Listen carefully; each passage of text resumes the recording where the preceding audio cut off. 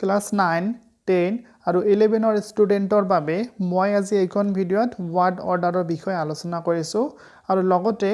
প্ৰায় 100টা মান ৱাৰ্ড অৰ্ডাৰৰ মই এখন PDF ফাইল বনাইছোঁ আৰু PDF ফাইলখনৰ লিংক মই এইখন ভিডিঅ'ৰ ডেসক্ৰিপচনত দি দিম তোমালোকে তাৰ পৰা ডাউনলোড কৰি ল'ব পাৰিবা নহলে এইখন ভিডিঅ'ৰ শেষত তোমালোকে PDF ফাইলখন চাব পাৰিবা তো যিয়ে নহওক মই এতিয়া তোমালোকক বোৰ্ডত লৈ গৈ আছোঁ তোমালোকে জাস্ট মনোযোগৰে শুনিবা তেনেহলে মই এতিয়া স্টাৰ্ট কৰি দিছো তোমালোকে জাস্ট কনসেন্ট্ৰেট কৰিবা so before starting it I just want to remind you one thing is that word order বোৰ কিন্তু বিশেষ নিয়মৰ নাই word order বোৰ তোমালোকৰ প্ৰেক্টিছৰ ওপৰতে নিৰ্ভৰ কৰে তোমালোকে ঘৰত যিমানে প্ৰেক্টিছ কৰিবা word order খিনি তোমালোকে সিমানে বুজিব পাৰিবা তো যিয়ে নহওক মই এতিয়া তোমালোকক আইডিয়া খিনি দি আছো তোমালোকে জাস্ট মনোযোগৰে শুনিবা মই প্ৰথম কোৱেশ্চনটোলৈ আগুৱাই গৈছো ইয়া লিখা আছে yesterday you saw at the bus stop তোমালোকে প্ৰথম সেন্টেন্সটো এবাৰ পঢ়ি লবা ভালকৈ আৰু তোমালোকে শেষত দেখিবা কি মাৰ্ক দিয়া আছে ফুল ষ্টপ দিয়া আছে না কোৱেশ্চন মাৰ্ক না বাকি মাৰ্ক দিয়া আছে কাৰণ এইবোৰ মাৰ্কৰ ওপৰত নিৰ্ভৰ কৰে সেন্টেন্সটোৰ গঠনখিনি ওকে প্ৰথম কথা হ'ল যদি তোমালোকে full stop mark খিনি দেখা তেনেহলে ভাবি লবা যে 99% question to assertive sentence ত হোৱাৰ চান্স থাকে ওকে তাৰ পিছতো তোমালোকে sentence টো দেখিবা subject verb object এনেকুৱা word দিয়া আছে না নাই যদি এইবোৰ দিয়া আছে তেনেহলে 99% sentence to assertive sentence ত থকাৰ চান্স থাকিব ওকে নেক্সট তোমালোকে সেন্টেন্সত থকা প্ৰতিটো ওয়াৰ্ডৰ অসমীয়াখিনি বুজিবলৈ চেষ্টা কৰিবা আৰু সেইবোৰ অসমীয়া ওয়াৰ্ডেৰে তোমালোকে এটা অৰ্থপূৰ্ণ সেন্টেন্স বা বাক্য বনাবলৈ চেষ্টা কৰিবা তাৰ পিছত সেই বাক্যটো তোমালোকে ইংৰাজীত লিখিবলৈ চেষ্টা কৰিবা এইবোৰ ওয়াৰ্ড ইউজ কৰিবলৈ তেতিয়াহে তোমালোকে শুদ্ধকৈ এটা ওয়াৰ্ড অৰ্ডাৰ কৰিব পাৰিবা ওকে তেনেহলে এই সেন্টেন্সটোৰ শেষত ফুল ষ্টপ মাৰ্ক দিয়া আছে and sentence to subject I বা you যিকোনো এটা হ'ব পাৰে দেন verb দি আছে so আমি ভাবি ললো যে sentence to assertive sentence ত হ'ব পাৰে এতিয়া যদি sentence to assertive sentence হয় তেনেহলে তাৰ গঠন কেনেকুৱা হ'ব মই লিখি দি আছো প্ৰথমত তোমালোকে subject টো লিখিবা দেন তোমালোকে verb লিখিবা তাৰ পিছত object থাকিলে লিখিবা নহলে বাকি ওয়াৰ্ড যিবোৰ আছে এটাৰ পিছত এটা তোমালোকে লিখি যাবা দেন শেষত ফুল ষ্টপ দিবা ওকে এতিয়া মই সেন্টেন্সৰ অসমীয়া ওয়াৰ্ডবোৰ তোমালোকক জনাই দি আছো আৰু সেন্টেন্সটো বনাই দি আছো yesterday means যোৱাকালি ওকে এইখিনি আমি বুজা পালো I means মই you means তুমি বা তোমাক saw means দেখিছিলো তাৰ পিছত দিয়া আছে at the bus stop তো at the bus stop এখন ঠাই বুজাইছে তো ইয়াত মেইন কাৰ্যখিনি কি তোমালোকে মেইন ভাৰ্বটোৰ ওপৰত ফোকাস কৰিবা ভাৰ্বটো কিহৰ বিষয়ে কৈ আছে তো যেনেকৈ এই সেন্টেন্সটোৰ ভাৱটো saw that means দেখিছিলো দেখাৰ বিষয়ে কোৱা আছে তো ইয়াত কি আছে মই দিয়া আছে এন্ড তুমি বা তোমাক দিয়া আছে তেনেহলে কি হ'ব যে মই তোমাক দেখিছিলো দেন বাস ষ্টপত দেখিছিলো এন্ড যোৱাকালি দেখিছিলো সো হৈ গল তো সেন্টেন্সটো হ'ব যে মই তোমাক যোৱাকালি বাস ষ্টপত দেখিছিলো এইখিনি হ'ব সেন্টেন্সটো এতিয়া আমি সেন্টেন্সটো বনাম প্ৰথমত আমালোকক subject লাগিব and in this sentence the subject is I so প্ৰথমত আমি I লিখিলো then verb প্ৰয়োজন আছে and in this sentence there is a verb it saw আমি saw লিখিলো and meaning খিনি হল মই দেখিছিলো কাক দেখিছিলো তোমাক you so মই তোমাক দেখিছিলো কত দেখিছিলো বাস ষ্টপত আৰু বাস ষ্টপৰ সন্মুখত এড দি আহিব at the bus stop আৰু কেতিয়া দেখিছিলো yesterday ইয়াত লিখি দিবা এটা কথা মনত ৰাখিবা এনেকুৱা শব্দ যেনেকুৱা yesterday tomorrow day after tomorrow the following day in the morning now in the evening এনেকুৱা ধৰণৰ শব্দবোৰ সাধাৰণতে বেছিভাগেই সেন্টেন্সৰ শেষত হয় ঠিক আছে আৰু তোমালোকে শেষত এটা ফুল ষ্টপ দিবা so the right answer is I saw you at the bus stop yesterday guys এটা কথা তোমালোকে মনত ৰাখিবা তোমালোকে ওয়াৰ্ড অৰ্ডাৰখিনি কৰাৰ পিছত এবাৰ কোৱেশ্চনটোত থকা ওয়াৰ্ডবোৰ হিসাব কৰি চাবা and then তোমাৰ আনসাৰত কিমানটো ওয়াৰ্ড হৈছে মিলি গৈছিল না সেইখিনি তোমালোকে হিসাব কৰি চাবা যেনেকুৱা মই এবাৰ কৰি দেখুৱাই দিছো ইয়াত দি আছে 1 2 3 4 5 6 7 আনসাৰত দি আছে 1 2 3 4 5 6 7 সো মিলি গৈছে গতিকে আনসাৰটো ৰাইট হৈছে ওকে এতিয়া মই 2 নম্বৰ আনসাৰলৈ আগুৱাই গৈছো ইয়ে লিখা আছে here you what now doing are দেখা ইয়াত এটা মার্ক দিয়া আছে হেতু হল কোয়েশ্চন মার্ক সেন্টেন্স তো হেকত কোয়েশ্চন মার্ক দিয়া আছে দ্যাট মিন্স আমালোকক সেন্টেন্স তো ইন্টারোগেটিভ বনাব লাগিব এতিয়া ইয়াত দুটা কথা মনত ৰাখিবা তোমালোকে that means interrogative sentence দু ধৰণে স্টাৰ্ট হ'ব পাৰে এটা হল WS question word প্ৰথমত স্টাৰ্ট হ'ব পাৰে WS question word তাৰ পিছত হেল্পিং ভাৰ্ব থাকিব লাগিব দেন সাবজেক্ট তাৰ পিছত মেইন ভাৰ্ব বাকি ওয়াৰ্ডবোৰ দিয়াৰ পিছত question mark এনেকুৱা ধৰণৰ interrogative sentence স্টাৰ্ট হ'ব পাৰে আৰু আকৌ কোনো interrogative sentence helping verb ৰে স্টার্ট হ'ব helping verb then subject then main verb then বাকিবোৰ শব্দ লিখি question mark এতিয়া কথা হল আমি কোনটো গঠনেৰে interrogative sentence টো স্টাৰ্ট কৰিম তাৰ আনসাৰ কিনি হ'ব তোমালোকে প্ৰথমত দেখিবা যে question টো WS question word দিয়া আছে না নাই মার্কটো কিন্তু interrogative হ'ব লাগিব তাৰ পিছত প্ৰথমত তোমালোকে দেখিবা যে গোটেই সেন্টেন্সটো WS question word দিয়া আছে না নাই যেনেকুৱা what whom which ... যদি দিয়া আছে তেনেহলে কোৱেশ্চনটো তোমালোকে WS question word ৰে স্টাৰ্ট কৰিবা তো দেখা এই কোৱেশ্চনটোত WS question word দিয়া আছে what ওকে তেনেহলে আমি what ৰে স্টাৰ্ট কৰিম কিন্তু যদি সেন্টেন্সটো WS question word দিয়া না থাকে তেনেহলে নিশ্চয় হেল্পিং ভার্ব থাকিব আৰু হেতু হেল্পিং ভাৰ্ব ৰে তেতিয়া তোমালোকে স্টাৰ্ট কৰিবা সো কথাখিনি এইখিনিয়ে যে WS question word থাকিলে তোমালোকে এইখিনি গঠন ইউজ কৰিবা WS question word টো প্ৰথমত লিখিবা তাৰ পিছত হেল্পিং ভাৰ্ব টো লিখিব লাগিব দেন সাবজেক্ট তাৰ পিছত মেইন ভাৰ্ব বাকিবোৰ শব্দ লিখি question mark যদি WS question word না থাকে তেনেহলে নিশ্চয় হেল্পিং ভার্ব থাকিবই যেনেকৈ am is are was were do did does ... তো তেনেকুৱা হেল্পিং ভাৰ্ব ৰে তোমালোকে স্টাৰ্ট কৰিবা তেতিয়া তোমালোকে এইখিনি ফৰ্মুলা ইউজ কৰিবা দ্যাট মিন্স প্ৰথমত হেল্পিং ভাৰ্ব লিখিবা then subject then main verb then বাকিবোৰ শব্দ লিখি question mark ওকে তো তেনেহলে এই সেন্টেন্সটোত what WS question word দিয়া আছে তেনেহলে আমি প্ৰথমত what লিখিম এই what লিখিলো ওকে এতিয়া আমালোকক হেল্পিং ভাৰ্বৰ প্ৰয়োজন আছে and in this sentence the helping verb is are তো what er পিছত আমি are লিখিলো ওকে তাৰ পিছত সাবজেক্টৰ প্ৰয়োজন আছে আৰু ইয়াত সাবজেক্ট দিয়া আছে you বাকিবোৰ সাবজেক্ট নহয় তেনেহলে you লিখিলো দেন আমালোকক WS question word লিখিলো হেল্পিং ভার্ব লিখিলো সাবজেক্ট লিখিলো দেন মেইন ভার্ব লাগিব মেইন ভার্ব দিয়া আছে doing ইয়াত doing লিখিবা তাৰ পিছত other words তো তাৰ আগতে মই এবাৰ সেন্টেন্সটো অসমীয়াখিনি তোমালোকক বুজাই দি আছো here means ইয়াত you means to me what means কি now মানে এতিয়া doing means কৰি থকা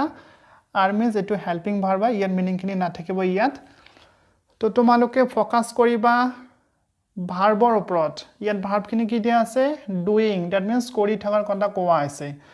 তো এইখিনিতে আমি বুজা পালো যে কোৱেশ্চনৰ মিনিংখিনি হল যে তুমি ইয়াত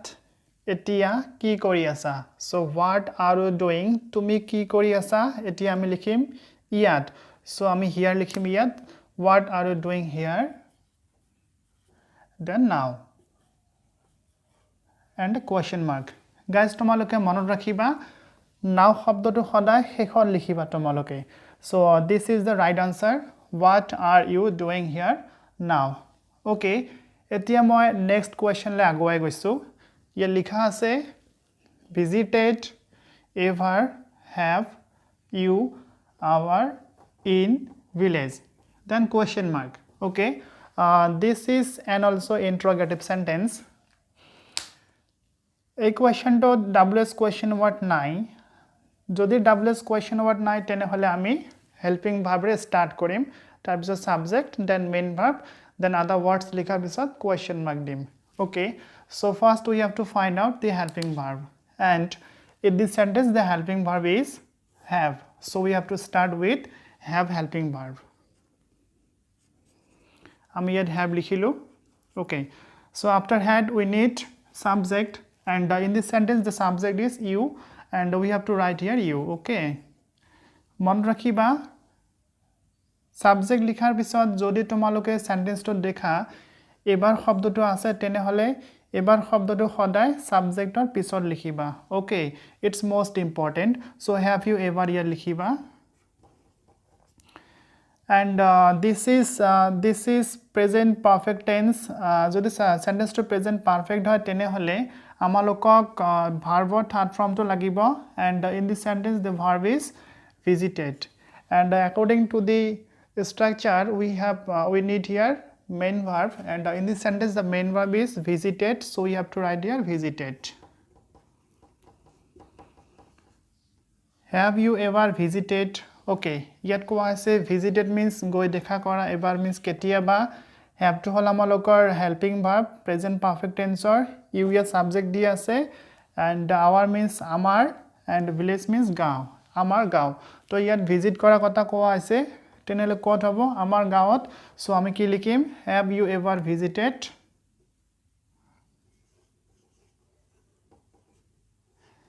ইয়াত in দিয়া আছে সো ইয়াত in হ'ব in our village so right answer is have you ever visited in our village যে তুমি কেতিয়াবা আমাৰ লোকৰ গাঁৱত আহিছানে so this is the right answer okay guys এতিয়া মই next question লৈ আগুৱাই গৈছো ইয়াত লিখা আছে teaches man English the who as is this but after the sentence there is a full stop mark sentence to শেষত full stop দিয়া আছে so assertive sentence বা imperative বা optative sentence হোৱাৰ chance আছে তেনেহলে আমি দেখিম ইয়াত কিন্তু দেখা WS question word এটা দিয়া আছে যদিও WS question word দিয়া আছে তোমালোকে এটো প্ৰথমতে স্টাৰ্ট নকৰিবা তেতিয়া স্টাৰ্ট কৰিবা যেতিয়া সেন্টেন্সৰ শেষত কোৱেশ্চন মাৰ্ক থাকিব যেনে আমি 2 নম্বৰ কোৱেশ্চনটো কৰিছিলো ইয়াত কোৱেশ্চন মাৰ্ক দিয়া আছে দেন WS কোৱেশ্চন ওয়াৰ্ড আছে গতিকে আমি ওয়াৰ্ডটো প্ৰথমত লিখিছো ওকে কিন্তু এই সেন্টেন্সৰ WS যদি ওয়াৰ্ড আছে তথাপিও কিন্তু প্ৰথমত নিলিখিম কাৰণ কোৱেশ্চন মাৰ্ক দিয়া নাই ফুল স্টপ দিয়া আছে তেনেহলে আমি প্ৰথমত সাবজেক্টৰ স্টাৰ্ট কৰিম টিচাৰ্স মিন্স ইয়াত কোৱা আছে শিকোৱা ম্যান মিন্স মানুহ ইংৰাজী তো ইংলিশ শিকোৱাৰ কথা কোৱা আছে who means যিজনে হ'ব ইয়াত যেতিয়া কোৱেশ্চন ওয়াৰ্ড হিচাপত ব্যৱহাৰ হয় তেতিয়া কোন হয় ইয়াৰ মিনিং আৰু যেতিয়া অ্যাসাৰ্টিভ সেন্টেন্সত ব্যৱহাৰ কৰা হয় তেতিয়া ইয়াৰ মিনিং হয় যিজন বা যিজনে তো আস মিন্স আমালোকক ইংৰাজী শিকোৱাৰ কথা কোৱা আছে this means এইজনৰ কথা কোৱা আছে তো আমি এনেকৈ লিখিম প্ৰথমে this to subject হ'ব ইয়াত মনত ৰাখিবা this is the man এটো হ'ব structure এইজনে সেইজন মানুহ এতিয়া আমি যিজন লিখিম ইয়ে লিখিম who তোমালোকে মনত ৰাখিবা who pronoun লিখা নিয়মটো হল whoৱে যাক কোৱালিফাই কৰিব that means যাৰ পৰিৱৰ্তে আমি who লিখি আছো যেনেকুৱা ইয়াত আমি লিখিছো this is the man এইজনে মানুহ যিজন তো যিজন means কোন ইয়াত মানুহজনৰ কথা কোৱা আছে সো আমি কি বুজা পালো whoৱে যাক কোৱালিফাই কৰিব তাৰ পিছতে লিখিব লাগিব I repeat it once again who which whom এনেকুৱা যিবোৰ pronoun interrogative pronoun আছে এইবোৰ আমি সাধাৰণতে যাক কোৱালিফাই কৰে তাৰ পিছতে লিখো তো তেনেহলে এনেকুৱা হ'ব this is the man who okay whoৰ পিছত আমি কি লিখিম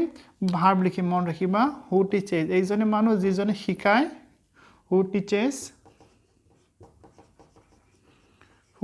যে teaches কাক শিকায় আমালোকক as দি আছে কি শিকায় ইংৰাজী English full stop so the right answer is that this is the man who teaches us English okay এতিয়া দেখা last question to hall go him tell here off out to please এতিয়া দেখা সেন্টেন্সটো শেষত full stop দিয়া আছে so assertive sentence হোৱাৰ chance আছে কিন্তু এই সেন্টেন্সটোত কিন্তু সাবজেক্ট নাই যদি সাবজেক্ট না থাকে তেনেহলে কিন্তু সেন্টেন্সটো ইম্পারেটিভ সেন্টেন্স হোৱাৰ চান্স 99% থাকে তেতিয়া আৰু যেতিয়া ইম্পারেটিভ সেন্টেন্স হ'ব তেতিয়া তোমালোকে যদি প্লিজ শব্দ আছে I repeat it once again imperative sentence হলে তোমালোকে start কৰিবা please বা kindly বা v1 verb that means verb of first form বা যদি negative হৈ থাকে don't এটোৰে start কৰিবা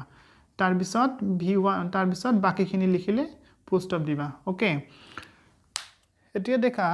কোৱেশ্চনত প্লিজ শব্দটো দিয়া আছে তেনেহলে প্লিজ যদি দিয়া আছে আমি প্লিজৰে স্টাৰ্ট কৰিম প্লিজ নাথাকিলে কাইন্ডলি থাকিব কাইন্ডলি নাথাকিলে ভাৰ্বৰ ফাৰ্স্ট ফৰ্ম থাকিব ভাৰ্বৰ ফাৰ্স্ট ফৰ্ম নাথাকিলে ডু থাকিব সৰি ডোন্ট থাকিব তো এইবোৰ যিকোনো এটা থাকিবই সেইটো দি স্টাৰ্ট কৰিম তো এতিয়া দেখা আন এটা কথা যদি প্লিজ কাইন্ডলি বা ডোন্টৰে স্টাৰ্ট কৰা তাৰ পিছত কিন্তু v1 ৰে স্টার্ট হ'ব লাগিব দ্যাট মিন্স প্লিজ কাইন্ডলি বা ডোন্ট যদি প্ৰথমত লিখা তাৰ পিছত v1 ৰে আৰম্ভ কৰিব লাগিব ওকে সো আমি প্লিজ ৰে স্টাৰ্ট কৰিম কাৰণ প্লিজ আছে সো ইয়াত প্লিজ লিখিলো ওকে তো প্লিজৰ পিছত আমালোকক ভাৰ্বৰ ফাৰ্স্ট ফৰ্ম লাগিব এতিয়া দেখা ইয়াত ভাৰ্বৰ ফাৰ্স্ট ফৰ্ম কোনটো দিয়া আছে টেল সো প্লিজ টেল ওকে টেলৰ পিছত আমালোকক লাগিব যদি pronoun দিয়া থাকে সেন্টেন্সটোত pronoun যদি দিয়া থাকে সেইটো লিখিব লাগিব কাৰণ ইয়াত pronoun দিয়া আছে him তেনেহলে আমি লিখিম ইয়াত him Please tell him go. তাৰ পিছত verb. Please tell him go out. ইয়াতটো হ'ব. Please tell him ইয়াতটো দিয়া আছে. Please tell him to go then out of here. এতিয়া মই এবাৰ হিচাপ কৰি চাই আছো 1 2 3 4 5 6 7 8 1 2 3 4 5 6 7 8 তো ইয়াত 8টা ঠিকই আছে সো আনসারটো হ'ব please tell him to go out from here টিকেটক ইয়াৰ পৰা যাবলৈ কক so this is the right answer তো গাইজ মই গোটেইখিনি ইয়াত সমাধান কৰি দিলো যিখিনি আইডিয়া থাকিব লাগে সেইখিনি মই বুজাই দিলো গতিকে এতিয়া মই প্ৰায় 100টা মান ওয়াৰ্ড অৰ্ডাৰ কৰিছো তাৰ এখন পিডিএফ ফাইল বনাইছো সেইখন মই এইখন ভিডিও ডেসক্ৰিপচনত লিংক দি দিম তোমালোকে তাৰ পৰা ডাউনলোড কৰি লব পাৰিবা নহলে এইখন ভিডিওৰ সেইখন মই পিডিএফ খন দি দিম তোমালোকে তাৰ পৰা চাই লব পাৰিবা তাৰ উপৰিও যদি তোমালোকৰ ইয়াৰ বিষয়ে কোনো ধৰণৰ ডাউট বা কমেন্ট থাকে বা খুদিব লগা থাকে তোমালোকে মোক WhatsApp কৰিব পাৰিবা নহলে কমেন্ট বক্সত লিখিব পাৰিবা মই তোমালোকৰ কোৱেশ্চনৰ আনসাৰ দিম তো গাইজ যদি তোমালোকে উপকৃত হৈছে বুলি ভাবা তেনেহলে লাইক শেয়াৰ আৰু সাবস্ক্ৰাইব আৰু কমেন্ট কৰিবলৈ নাপাহৰিবা তো তেনেহলে আজিলৈকে এইখিনিয়ে ধন্যবাদ have a good day thank U